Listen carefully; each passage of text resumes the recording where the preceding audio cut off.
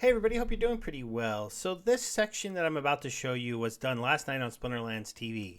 If you happen to be hanging out there because of FOMO February, I understand, so you may have already seen this, but I talked about Lily Shieldpaw, some of the ways that I think this summoner will be used, went over some of the good cards it's going to help, and so hopefully you enjoy this. And let me know if you like the idea of me taking some sections from Splinterlands TV and putting them on YouTube. Alright, so we got Lily Shieldpaw. And Biz Kitty did it to us again. And Nate literally said that if he does it to him again, we might have Nate. We might not have Nate anymore. I also think it's funny that we have Lily Shieldpaw, and there's 3 of these animals. And so we're all assuming that this one is Lily Shieldpaw. And they might even be saying that this one is Lily Shieldpaw. But if I was a dragon summoner with the magic, and I could summon dragons, and I was walking around the world of Pretoria, I might hire a couple suckers to walk with me. And this might be the one with the real magic, in my opinion, back here. He's just like, don't mind me. Don't mind me. Go ahead and kidnap this bragging animal right here. But I could be wrong. So let's get into the card. Okay, so we got +1 health, we got camouflage, and we have triage. This is completing something that they did much better this time than they did last time. And that's not making one overpowered legendary summoner and making every single legendary summoner in the game to pretty much have a counter in the game. And I should say in the set. Because if you look at the Chaos Legion legendary summoners, you can almost say that each one of them has a counter in the game, whether it's a legendary summoner or a rare summoner. And if it doesn't, then you can kind of look towards the Untamed, the Riftwatcher summoners. What that has done is it's created more balance, and it's created more importance on paying attention to the rule set and figuring out what your opponent is going to play. Because if you can figure out what they're going to play, and this is a little bit worrying if someone can hack this, but I've heard that it's very hard. But if you know what they're going to play, you can definitely counter people, right? Because Yasic should fly up in value. You're right, DTAM, because Yasic would theoretically destroy this. Because normally, you're gonna, if you played this, you're thinking, I'm going to put all these weak glass cannons in the back row, and I'm going to kill you with them because they all have overpowered attacks and no HP, and you're gonna cry a lot. And I'm going to use some of the life leech monsters that have low HP, and their HP is going to get super high. And if they happen to be taking some reflection damage, it's okay. I have a triage. I'm going to give them an additional HP to start as well, so that my triage is even more effective. And I'm going to turn non-tanks into tanks. That's what Lily does, right? She makes glass cannons hide, gives them extra HP so they're not so glass cannony. And then on top of that, makes tanks who are not tanks. It lets guys who have been forgotten about become stars. And so we're going to go over some of those cards. So let's go ahead and get into the game here. And we'll go to... So see, I'm going to kind of show you the difference here. So when you look at the Untamed set, right? You don't see direct counters to one another, right? Like Jotun is a splash damage archer character. Maybe Mimosa is kind of a counter to Jotun, but not exactly, because it's not like -1 archery and return fire, or -1 archery and the shield ability for your whole team. It's -1 archer and void when Jotun's going to be doing archery. The -1, this is kind of all by itself. Kitty's all by itself, and it's immaculate. Is this true strike for your whole team is just ridiculous. And then you've got the repair triage, resurrect, which created the turtling shield hero deck that nobody could counter really well, especially not up in diamond. There just wasn't a powerful like mage summoner in this set that could deal with that. Llama created Llama-Cron. I mean, there's a tattoo named of this summoner and what it can do in low levels with Llama-Cron. And then there's Deep Surrender. Lily counters Jotun, but I'm talking about the sets. Outwars is correct. Lily will counter Jotun, but you have to remember Lily's only going to be with Jotun until Rebellion comes out, and then Jotun's not going to be here anymore. This is, and you know, it is good that you're getting a card that you could use when you see Jotun coming. That's for sure. I would say that Lily also counters Kitty a little bit. Because if you can't miss, the only thing I could do is make it so you can't attack me except for the person I want you to attack.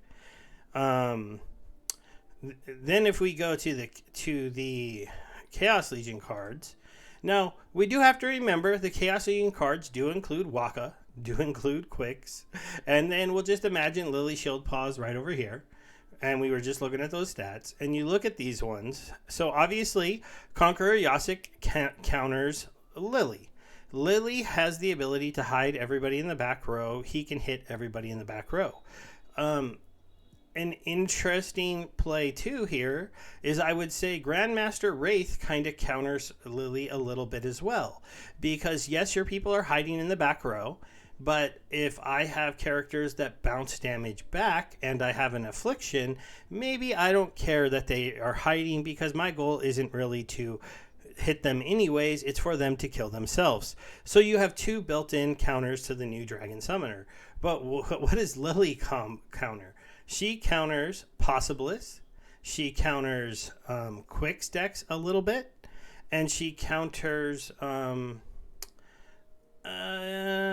probably Kelia and Lux a little bit. Because a lot of people like to use Kelia, Lux, and Possibilist with either opportunity monsters and or sneak monsters if they aren't using Possibilist. So Lux Sneak or Kelia Sneak. And now you're going to have the ability to hide your back row so that you can actually use some of the monsters. So when I look at Astral Entity to me, this is a little bit of a counter to cards like Yasik and cards like Wraith and maybe even Possibilist sometimes, right? Because then if you're, but it's I haven't used this one enough to really pin down who it's really good against. Waka is really only interesting in low mana matches where teams are very limited, because then his poison can matter a lot.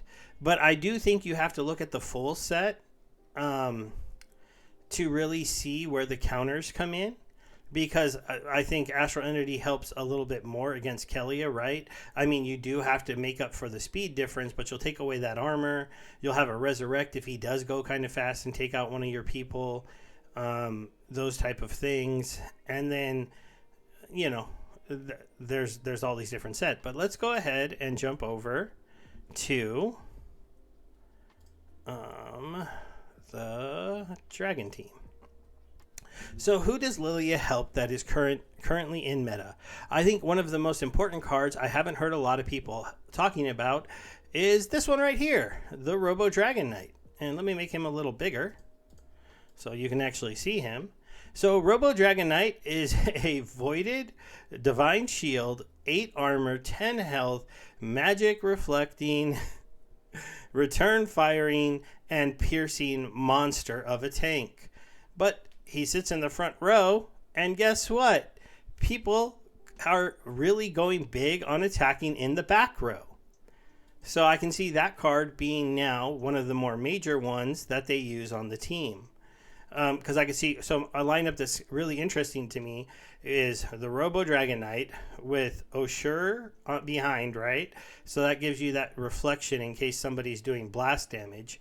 So you got that backup, so now you can heal him. You got that. Another card that's kind of interesting to use in the back row on the Dragon team is where's the one I'm thinking of?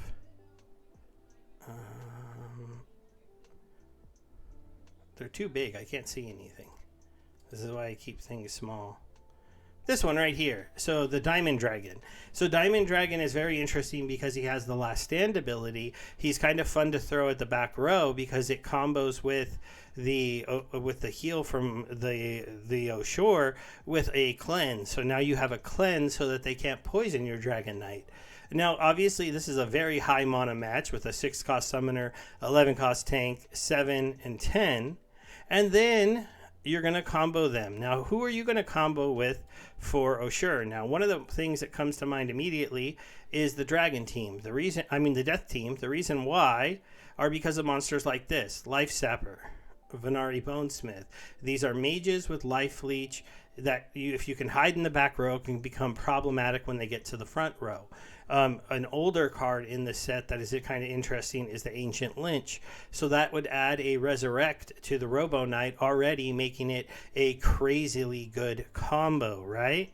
And then you can go ahead and throw in Kane Haste, who is already is your definition of a glass cannon, and he can deal those big hits. He doesn't have to worry about dying from reflection, but now that damn Deep Lurker can't just come and pop him before he ever gets to attack. So that's a very interesting card too. Obviously, also, there is the chance that you want to go ahead and combo the kitty with the exact thing.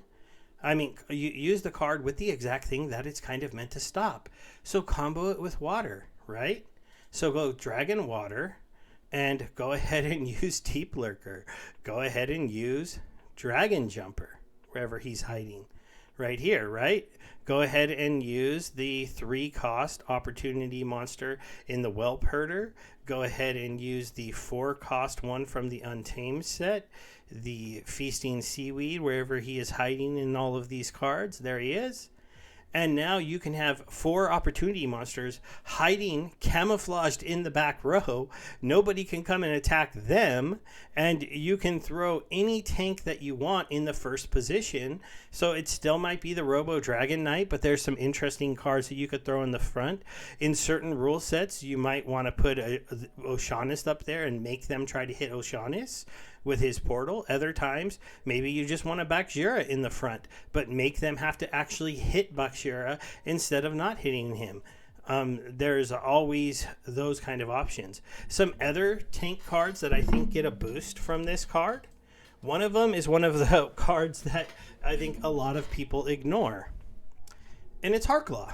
So Harklaw is a very interesting tank. He costs almost nothing. Right? It's the 88 cents card.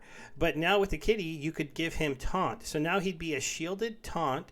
I believe one of the most expensive tanks in the game is a shielded Taunt, isn't it? Right? In Shield Bearer? Is he not expensive? Now Harklaw is Shield Bearer because he has a Taunt, basically. But he has a little thing called Immunity, which means that you can always heal him. So he is a tank that you can always heal. And he has a Demoralize to make the other team weaker. So a tank that takes half damage and you can always heal him, can't be poisoned, can't be crippled, can't have any of those weird things happen to you. All of a sudden, if you actually have to fight the Harklaw, it's an interesting thing. Now, obviously, he has a weakness to magic damage. So you don't want to do that. Oh, a healer on Death Modern, probably not till the next set comes out, but you don't need Death to provide the healer with this lineup because Dragon has the healer. Dragon has Oshur, and if you don't have the Dragon healer, you go to neutral. So you go to this one right here, Tortoise Chief. So yes, the other thing, obviously, that's kind of interesting with the Death team is the Nightmare deck. So the Nightmare deck is kind of interesting with the phase and the high speed. If you can play that card, making all the other cards in the back row camouflaged, and then play a lot of speed buffs and blinds in the back row, you could now have the Nightmare kind of do what... what's his name does, the legendary neutral, the Coral Wraith, but he starts at 7 speed, right? So you play that, you would want to play, Death doesn't have a ton of speed boosts is the one problem. So you kind of got to look other places for them, but they have a lot of slows, right? So they have the slow here. That's kind of a high mana card. Um, I'd have to look through them again, but I know they have a couple slows on the team. Or is that the only one? Does anybody else slow? Oh, Lyria speeds. So you could do Lyria for the speed up. You could do this one for the speed down, and then you could go to the neutral cards, and you could pick up, obviously the. So that would put him like 9 speed in theory, and then you could put cards obviously like Kenjo in the second spot, just in case he does get hit and has some blast damage, and that gives you another speed down. And then there's the supply runner. So you could see Nightmare up there at 11, 12 speed, and the only monster on the board that you're allowed to attack. And then you just go ahead and throw a blind in. There's a couple different options for blind. So these are kind of the cards that I see getting a big boost. Is anybody who you thought was a pretty good tank, but now they could become an amazing tank? And a lot of teams have these. If you go to the fire team, right, one of the cards that is kind of funny on fire that I think is a really good tank for some situations is Tusk the Wide. He's got the 14 health. He's got the Void. He's got the Inspire, but if you don't have to hit him, you just ignore him till the end in a sneak game, and then you're like, well, that was kind of annoying. I put the big, beefy, for only 6 cost, 14 health tank, but you didn't even have to go through it. You went around it. So that could be an interesting thing. And then the fire team could do kind of the speedy back row opportunity type monsters who can't be attacked, waiting for you to get through your Tusk the Wide while they're flying around with dragon jumpers and serpentine spies and doing sneak monsters like the striker. And all of those guys can't be attacked, but they can attack your back row. It could be very interesting. Yeah, Spirit Hoarders does have blind, you're right. So yeah, and Montroid had it right. The standard death team is the Lurker, Kenjo, Queen of Crows, Lyra, Supply Runner, and a blind. But now you can make sure that they actually have to attack, because the one reason why Coral Wraith it was so ridiculous is because Coral Wraith had a taunt, right? The taunt is what made him so ridiculous, but it only worked in modes. His miss game only worked in modes where you couldn't, where you could like get him inflated with speed, because you had to team him up with with the fire summoner to give him the ability to get that really big speed boost. So it's just one of those things where like if you don't have Enrage, Coral Lurker just doesn't work. People just don't miss him. But now we're going to have the opportunity to go look at all the teams and all the tanks that they have that you would love to actually have them be focused on. And you can basically give them a taunt. And it's a very interesting play. Now, you have to forego any other boost other than a health and a triage. But that still could be kind of interesting. Like if we go into the... Oops, I meant to just click over here and take a look at the Earth team. And if we take it off the summoners and go to the monsters, it's something as simple as a failed summoner. Make them go hit that failed summoner. Maybe he's not the best option, but the same thing with a Pelacor Mercenary. If you gave him a taunt and they had to go through him, he flies, he retaliates, he has a self-heal. You can put some of these slow healers behind him and they'll be protected because they're hiding. You could also put... let's see, who would be an interesting... Well, you could put Quora, make them come hit your Quora. I know that right now, one of the things also that's kind of an interesting play that I heard Dwayne mention with the green team is, so you put something like Pelacor in the front, and he's going to be the main guy they have to focus on, and then you put in Slip Spawn in the back. So their reward for killing your Pelacor Mercenary in the front... I mean, the reward for eventually maybe getting through the Slip Spawn who has a taunt is to go fight the Pelacor Mercenary. Or in a kind of a crazy mode, you could play like double taunt, front and back, have lots of triaging and lots of healing, and just be a very annoying person to get through. So, Bombers, you're right to an extent. The best way to win is normally to focus fire, but not if that's what the other guy wanted. If I built my deck the right way and I put in enough healers and I put in enough nerfs of your damage, or I put enough speed so I could go and kill your back row support first, it's more that if you decided to focus fire all on your own, it might work. But if I force you to focus fire and I was prepared for it, then it's pretty crazy.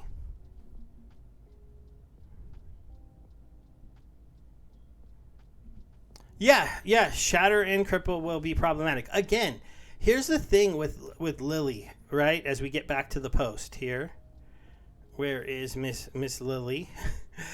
Or I'm assuming it's a girl because it's Lily, but I could be wrong. But the card is going to be a little bit of a feast or famine.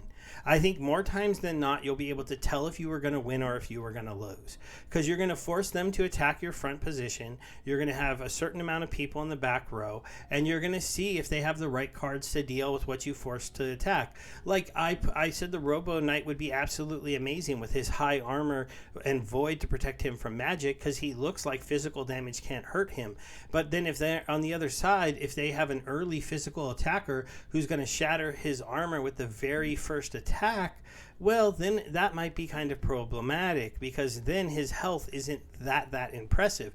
Now, Lily Shieldpaw's +1 health does get it to be a little bit better, and he has void, but like a straight archer lineup, he's going to have problem with.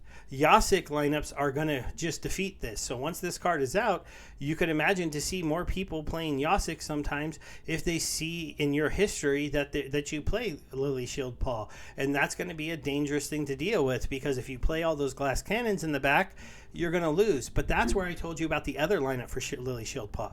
I don't have to go all glass cannons in the back. I can go normal opportunity and sneak monsters, and then I can play a game where, in theory, my opportunity and sneak monsters can attack your opportunity and sneak monsters, but your opportunity and sneak monsters cannot attack mine. That usually lets me win. If my Deep Lurker kills your Deep Lurker, I usually win. If my Dragon Jumper and Deep Lurker and Feasting Seaweed go decimate your back line and your vulnerable creatures while you're fighting my Robo Knight or whatever tank I've stuck in the first position, and that's the only thing you can fight, and by the time you kill him and we move whatever I put in my second position up to the front, well, I think I'll probably have done enough damage to you to take the cake there. Possibus is interesting, right? Because he's all in for trample, but Possibus's power is nerfed a little if he can only attack the front character, but it is kind of a counter, because eventually somebody theoretically kills that first character, but it depends how you build your Possibus team. But I do see that as a problem. But, this is kind of where I see Lily going to, When you're not ready for it, it's going to destroy you. When you play a team that's ready for it, well, then they won't play it. They'll play something else instead, and you'll lose. It's just creating one more dynamic within the game that is going to make things a lot more competitive, and I like that. And I do like cards that some people said can counter Jotun. Can even counter Kitty, right? One of Kitty's greatest advantages is playing sneak and opportunity monsters so that they can use that extra speed boost to give you an early body count help. Well, now maybe you can't attack those weak back row monsters. You have to go after the front row, and if you've got a good tank with the shield ability taking half damage from the Dragon Lurker and any of the other melee opportunity and sneak monsters, then maybe they don't even kill him. And then if you're shielding him and got repairs on the back end, it's gonna disrupt that lineup, and you're gonna have some trouble.